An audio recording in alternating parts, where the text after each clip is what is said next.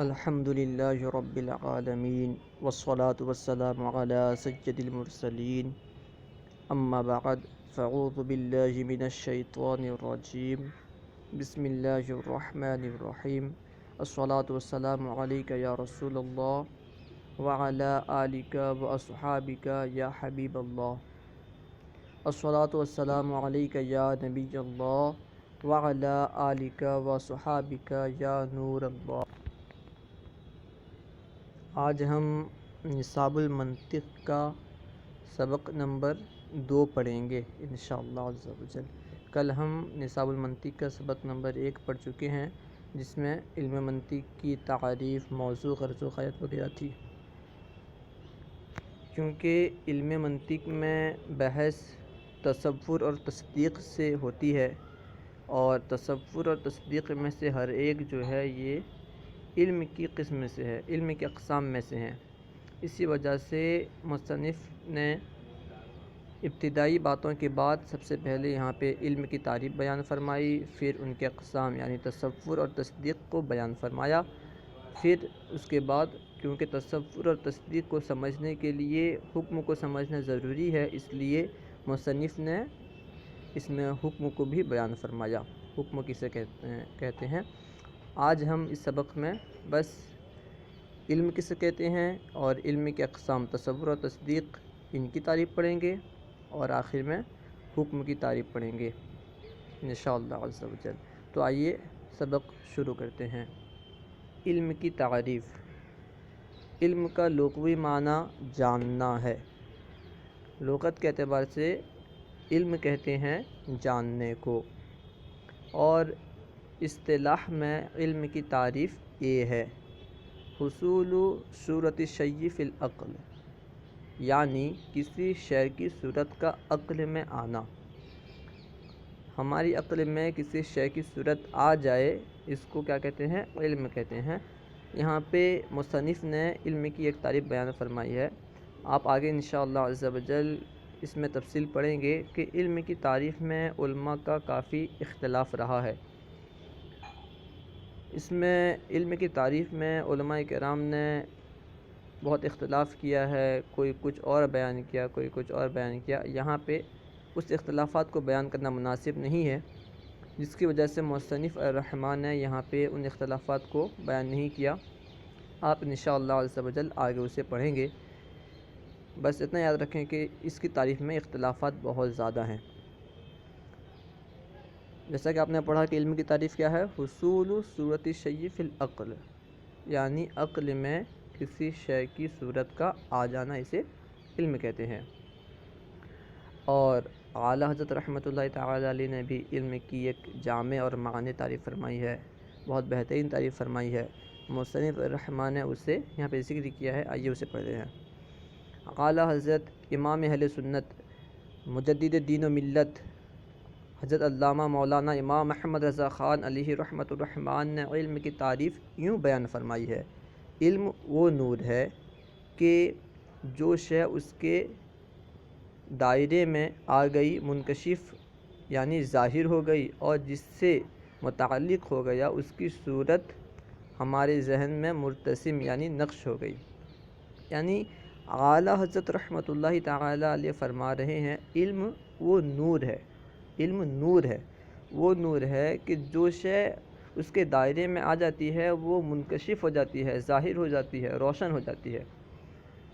علم ایسا نور ہے، وہ نور ہے جو بھی شے ہو اس کے دائرے میں اگر آ جائے تو وہ منکشف ہو جاتی ہے، روشن ہو جاتی ہے، اور وہ جس سے وہ علم جو ہے متعلق ہو جاتا ہے، اس کی صورت ہمارے ذہن میں مرتسم یعنی نقش ہو جاتی ہے۔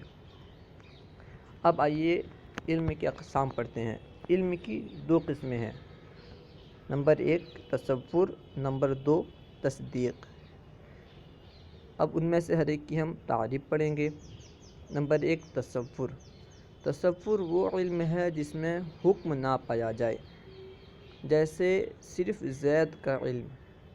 اگر ہم صرف زید کے بارے میں سوچیں گے تو یہ تصور کہلائے گا، یعنی ہم زید کے لیے کھڑے ہونے یا بیٹھنے یا جانے یا آنے کا حکم نہ لگائیں، جانے آنے کو یا کھڑے ہونے کو بیٹھنے کو ثابت نہ کریں، صرف ہم زید کے بارے میں سوچیں تو ہمارا یہ سوچنا یہ تصور کہلائے گا۔ صرف زید کا جو علم ہے اسے ہم تصور کہیں گے۔ نمبر 2، تصدیق۔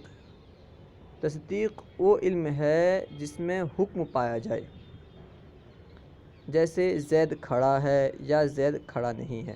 یہاں پہ آپ دیکھ رہے ہیں کہ زید کے ساتھ کھڑے ہونے کا حکم لگا ہے پہلی مثال میں، اور دوسری مثال میں زید کے ساتھ یعنی زید کے کھڑے نہ ہونے کا حکم لگا ہے، زید کے لیے کھڑے نہ ہونے کا حکم کیا گیا ہے۔ تو تعریف اس پہ تصدیق کی جو تعریف ہے اس پہ صادق آ رہی ہے، اس لیے یہ تصدیق کہلائے گا۔ آپ کو اتنا یاد رکھنا ہے کہ جس میں حکم پایا جائے وہ علم، جس میں حکم پایا جائے وہ تصدیق ہے، اور جس میں حکم نہ پایا جائے وہ تصور ہے۔ اب کیونکہ یہاں پہ انہوں نے تصور اور تصدیق کی تعریف میں حکم کا لفظ استعمال کیا ہے، تو اس لیے مصنف نے مناسب سمجھا کہ حکم کسے کہتے ہیں اسے بھی بیان کر دیں۔ اب آئیے ہم حکم کی تعریف پڑھتے ہیں۔ حکم کی تعریف: نسبت امر الی امر آخر ایجابا او سلبا، یعنی ایک شے کی دوسری شے کی طرف نسبت کرنا، خواہ وہ نسبت ایجابی ہو یا سلبی ہو، جیسے زید عاقل اور زید لیس بعاقل، یعنی زید عقل مند ہے یا زید عاقل نہیں ہے۔ یہاں پہ آپ دیکھ سکتے ہیں کہ انہوں نے حکم کی تعریف میں کہا ایک چیز کو دوسری چیز کے لیے ثابت کرنا، ایک شے کو دوسری شے کے لیے ثابت کرنا، ایک شے کی نسبت دوسری شے کی طرف کرنا، یہی حکم کہلاتا ہے۔ آپ اگر صرف زید کا تصور کرتے تو اسے حکم نہیں کہتے، کیونکہ اس میں حکم نہیں پایا جاتا اور اسے تصدیق نہیں کہہ پاتے۔